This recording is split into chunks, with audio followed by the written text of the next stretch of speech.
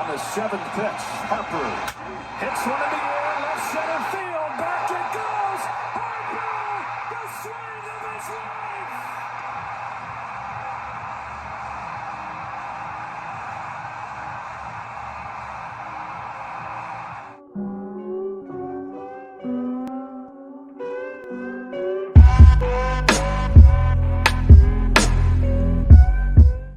Yo, you know what time it is. Phillies back in the World Series. Look, let me not get demonetized here. Before I get into it, make sure you like the video, subscribe to the channel, click the notification bell so you know every time I'm dropping a video. Without further ado, let's talk about it, bro. Bryce Mother effing Harper goes up to the plate. I think 7th, 8th inning. I don't even know. I was just so out of it when I was out there at the bar at Xfinity Live watching this. And we were talking about this going into that inning. We had just turned over the lineup, and I mentioned, look, we're going into the 7th and 8th. We're in a good spot because we're coming up into the meat of the lineup. You have obviously Schwarber leading off. Then you have Rhys Hoskins in the 2 spot. Castellanos, I can't freaking remember. And then you have Bryce Harper, and listen. JT Realmuto, who has been heating up in this playoffs, he came up the bat, got on base. I think he had a single to left field. Very nice hit, got on base. And then, boom, Bryce Harper comes up to the plate in one of the biggest spots in recent Philadelphia sports history.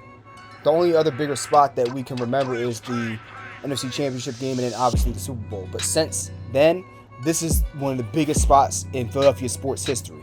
Bryce Harper, the $300+ million man, coming up to the plate in one of the biggest moments of his career at a time where his team needs him the most, when they need him to put the team on his back. He walks up, count goes to 1-2. He keeps fouling fastball after fastball after fastball off, and these fastballs are coming in like missiles, 98, 99, 100. Like, this guy's throwing gas, straight gas. This guy has fastball at like 99, 100, and then change up at 92. He has a curve and a slider, but he don't throw it. So you know you getting fastball, change up.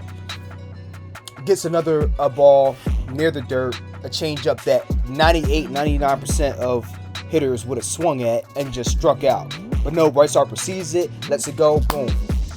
Readjusts his batting gloves, comes back into the box, and then the next pitch, fastball away, right about above belt level, like near like the Phillies insignia logo on the jersey. He adjusts his swing with every pitch, and then he swings the bat, gets nice contact on the meat of the barrel, and takes that thing the other way, turns it inside out to left field. And when it left the bat, I didn't know what it was. I didn't know if it was going to be a long fly out or if it had enough on it. But everybody in Xfinity Live started cheering. I was like, I don't know.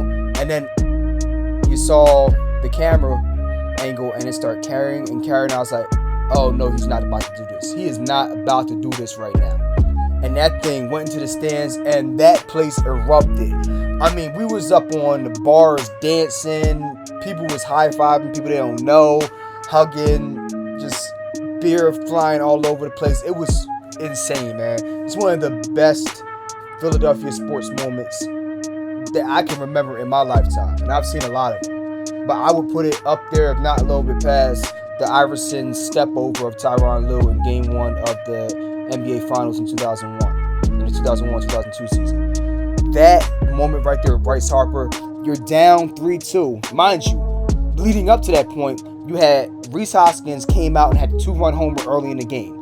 He's been on fire. He came out after all the boo birds, trade him, get rid of him, get him out of here, he's a bum rock. No, he came out and just produced. Schwarber got on base, he's been on fire all series, and then Rhys Hoskins caught one and took it into the jet stream and took it right into left field. I mean, it was just a shot, man.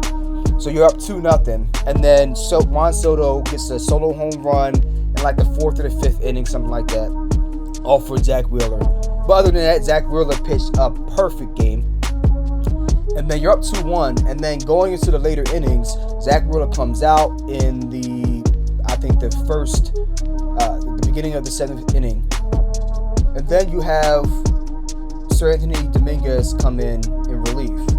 Maybe there was somebody before him, I don't remember, but Sir Anthony Dominguez, that was the big critical moment in the game where it started to come down a little bit. It was drizzling, and you could see that he was having trouble getting his grip on the baseball.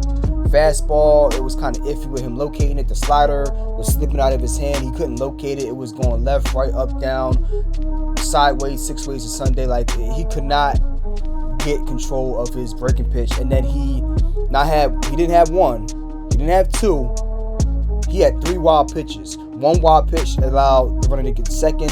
The second wild pitch allowed the runner to get the third. And the fourth wild pitch, low on the inside, hit the ground. Nothing JT can do about it.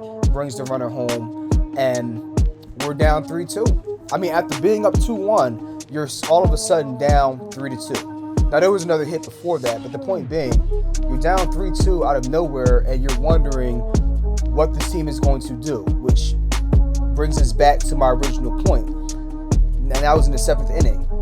Even though he gave up that run, he held it to 3-2. And then we were going into the heart of the lineup. You turned it over, and you get Schwarber. I can't remember the lineup, but eventually you get to JT and Bryce. Like, you have those guys coming up. So 7th and 8th inning, you're having your best hitters come up to the lineup. And like I said, JT gets on, and Bryce Harper makes one of the hits of his life. Not of the series, not of the playoffs, one of the hits of his career. This is a career-defining moment. Now, it will be solidified in the pantheon of Phillies lore and baseball lore if they go on to win the World Series against these Houston Astros, for sure. But even now, he has cemented his legacy in this brief time so far. Only 3 to 4 years so far, he has cemented his legacy as one of the most beloved and best athletes in Philadelphia sports history.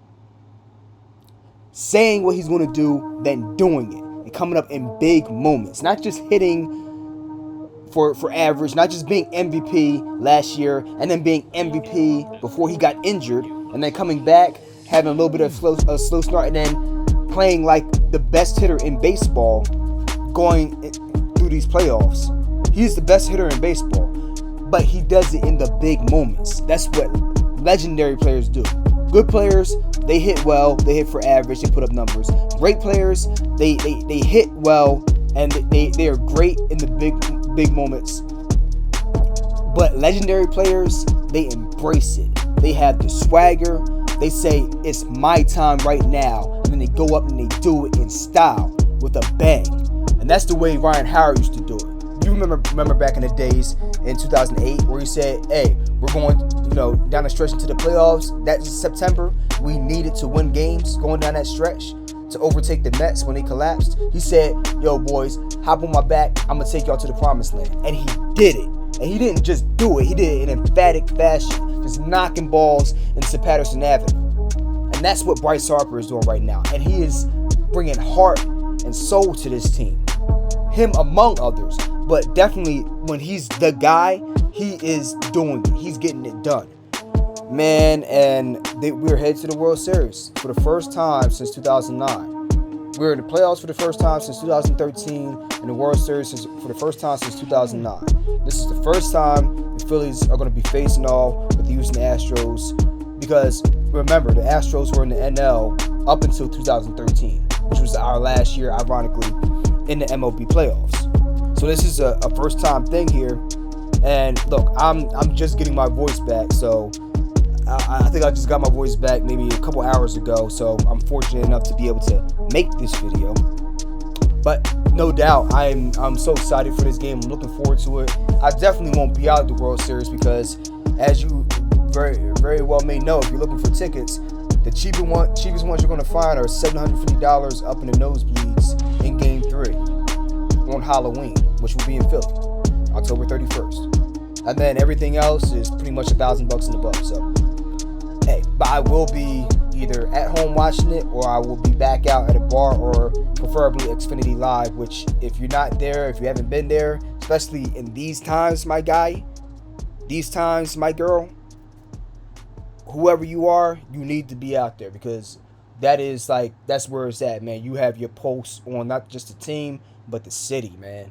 And I'm telling you, when Philly is really going out and getting it done, it's nothing like being out there with all the other Philadelphia sports fans when it's popping off. And you're going to see it in these clips here. We were out there the other night, and, well, we were having it. I mean, we didn't even win the World Series yet. We got 4 more to go, so we're not going to get overly excited. However, the tension is in the air. It's palpable. It's not 2008, but it has the same feeling. They didn't get here by luck, and that's what I like with this matchup. And we're gonna talk about it. So going into this matchup, you look at the Astros.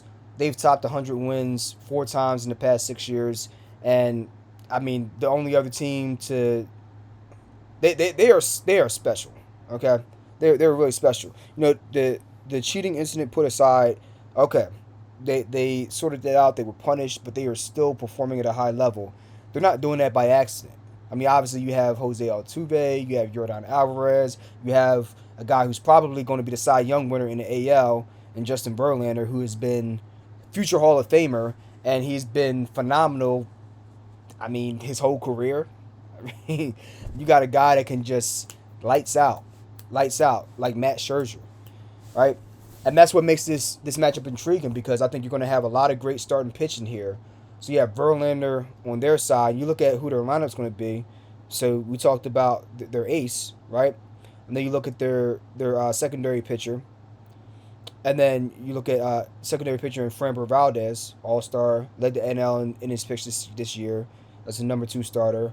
And then you're going to have some mix of Christian Javier and Lance McCullers Jr. So 4 aces, I don't know, but you definitely have a very deep starting rotation. And then you look at the Phillies, you have Zach Wheeler, who is one of the best pitchers in baseball. Coulda, shoulda had a Cy Young last year. If he didn't, I can't remember if he did, but I mean, he's one of the best pitchers in baseball the past 2-3 years. And then you have Aaron Nola, who has been one of the best pitchers in baseball since the beginning of September, or when he came back. His ERA's been crazy low. I mean, the last time we faced the Astros, if you recall, he had a perfect game going through 7 innings against that starting lineup. So you got Aaron Nola as your 2 pitcher, and then Ranger Suarez, who just was one of the heroes of Game 5 versus the Padres. He's a very, very good number 3 as a lefty. So the Phillies have a good starting lineup. So I really start rotation. So I really like the matchup in terms of how we're going to try to keep pace with these Astros. However, I think one of the biggest difference with the Astros and the Phillies is their bullpen. Their bullpen, I would say, is the best in baseball. If you're just looking at runs allowed, they are the best. They get it done time and time again. 4 really good starters in the bullpen. And, I mean, 4 really good starters. So they have 1 starter who's in the bullpen. And then you have Luis Garcia, Hunter Brown. Like I said, Christian Javier, who at times they'll bump him down into the bullpen because their starting rotation is so good. So they're really, really deep in the rotation. So the Phillies are really going to have to get more consistency.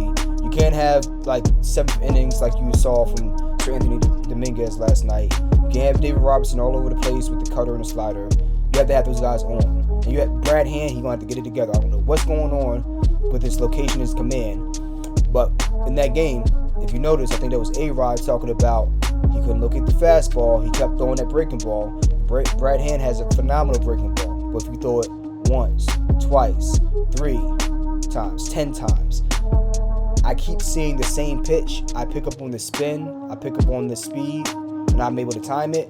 It's just a matter of time. And not nearly 1 or 2 pitches after A-Rod said that, Juan Soto got a piece of that and took it into the stands.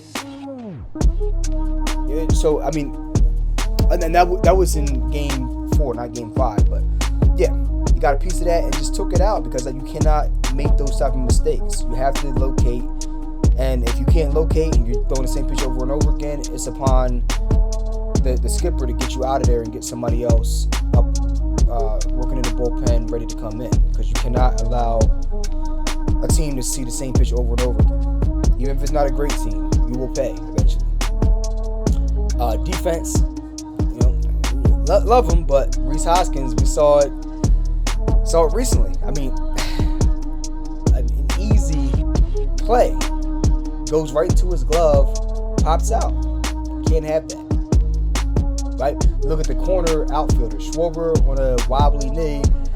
You don't want him trying to chase down the ball into the gap, trying to dive for it. Castellanos, he's not going to be putting on a Superman cape and just diving for balls in the gap in right field either. I mean, you have suspect defense compared to the Astros in the outfield. Yordan Alvarez, I mean, obviously he's not running a 4-2, but he's solid enough in the outfield. And other than that, they're pretty good on defense. They're third in the league, I believe. And Phillies were ranked 24th this season, last among the playoff teams. So they're going to have to find ways to shore that up. Hopefully, Alec Bohm keeps playing at a high level, because part of that 24th ranking was plays like Alec Bohm. I remember he had like 3 errors in one game. It's been a night and day difference from then till now with Alec Bohm. He's made some plays that probably most guys wouldn't make. So hopefully he keeps that up.